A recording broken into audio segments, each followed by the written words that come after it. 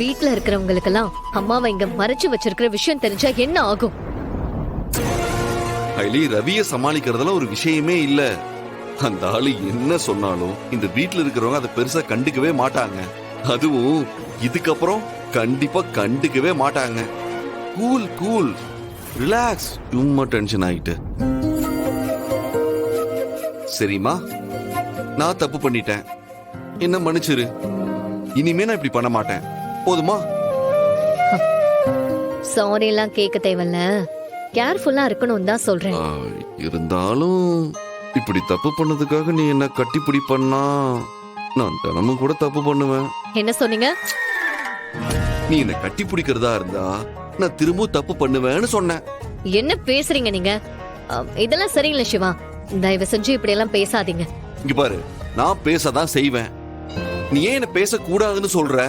சிவா, நீங்க ரொம்ப ஓவரா போறீங்க. நான் உங்களை கட்டி பிடிச்சதுக்கு காரணம் எல்லார்கிட்டயும் மாட்டிக்க கூடாதுங்கிறதுக்கு தான். நீங்க அதையும் அட்வான்டேஜா எடுக்கிறீங்க. இங்க பாரு, நான் அப்படிதான் அட்வான்டேஜ் எடுத்துப்பேன். என்ன நினைச்சிட்டு இருக்கீங்க உங்க மனசுல? நான் தான் டைம் வேணும்னு அன்னைக்கே சொன்னேன்ல. ஆனா இப்போ நீங்க இப்படி எல்லாம் பேசுறதெல்லாம் நல்லா இல்ல சிவா.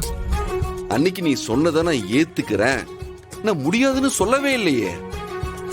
ஆனா நீ தானே டைம் வேணும்னு சொன்ன, நான் ஒண்ணு சொல்லலையே. இங்க பாரு, டைம் வேணும்னு கேட்டா நீ தான் கண்ட்ரோலா இருக்கணும். நான் தான் ஓப்பனா என் மனசுல இருக்கிறது உங்ககிட்ட சொல்லிட்டேன்ல, நான் எதுக்கு கண்ட்ரோலா இருக்கணும்? இப்போ நீங்க என்னதான் சொல்ல வரீங்க?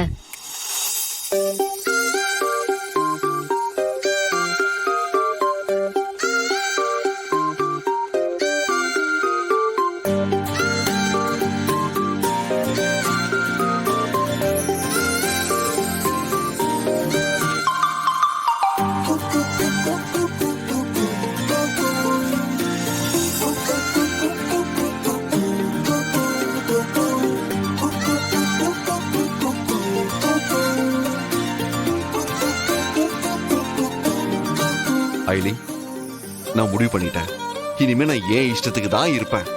எனக்கு என்ன தோணுதோ அதையெல்லாம் உங்ககிட்ட சொல்லுவேன். நீ அதையெல்லாம் காதுல வாங்குறதும் உன் இஷ்டம். இனிமேல் ஒவ்வொரு நிமிஷமும் நான் உன்னை லவ் பண்ணிக்கிட்டே தான் இருப்பேன்.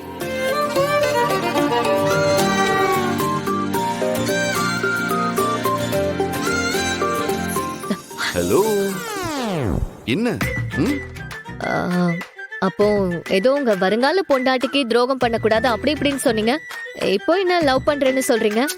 அது நீ தான் உன் முடிவு இன்னும் சொல்லலையே.